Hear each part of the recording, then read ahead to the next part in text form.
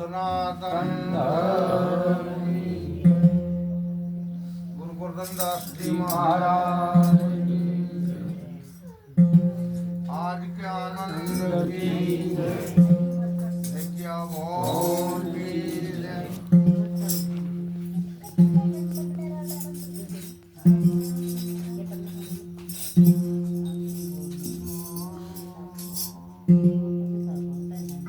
चितड़ो गुरु ना चरण अन जीवा रटती नाम ઘટમાં રમી રહ્યો મારો ઠાકર ઠામો ઠામ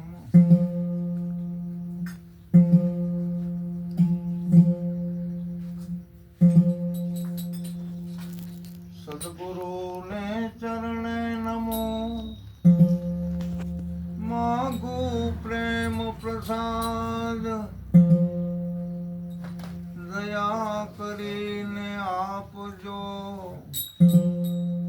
હરિરસ અમૃત સ્વાદ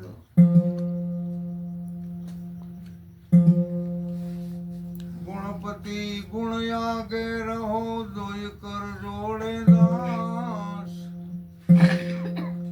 સદાય સર્વદા સમરતા તમને એક વિઘ્ન આવે નહીં પાસ શબ્દ ઉચ્ચારણ સરસ્વતી મતિ આપજો માત ભૂલ્યા ને અક્ષર મેળવજો ગુણ ગાઓ દિવસ ને રાત श्वासोश्वास समरण चले नहीं पुण्य के पाप पूर्णानंद प्रकट भयो बिना मंत्र पूजा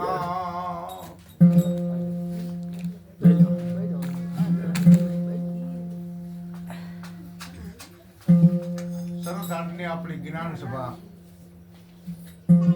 મંગલમય આપણી ધર્મ સભા જેમાં જતી અને સતી બિરાજમાન છે. મનસુખભાઈના ઘરના આંગણે આ સર્વે સંતો સર્વે સતી બહેનો પધાર્યા છે અને સમજવાનું આપણે રે કે આપણને સતી અને જતી કહેતા હોય તો પછી આપણે આ પંચભૂતના શરીરને કેવું રાખવું જોઈએ. એમાંય સદગુરુ મળ્યા અને સદગુરુને સોંપી આ શરીર તન મન ધન આપણને પાછું આપ્યું મળ વિક્ષેપને આવરણ ઉતારી પછી તો મનથી વિચાર કેવો હોય આવો હોય જો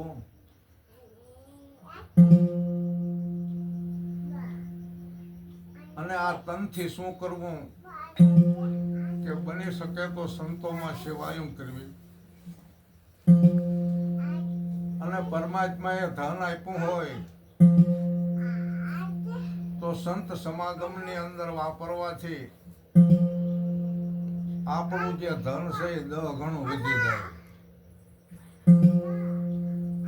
બાકી તો વ્યવહારિક ની અંદર જાય ને એ તો આપણે ચોપડે લખવું પડે કે આટલો ખર્ચો થયો. પણ આ તો મન વધે જેનું ધન વધે પછી ધાન વધે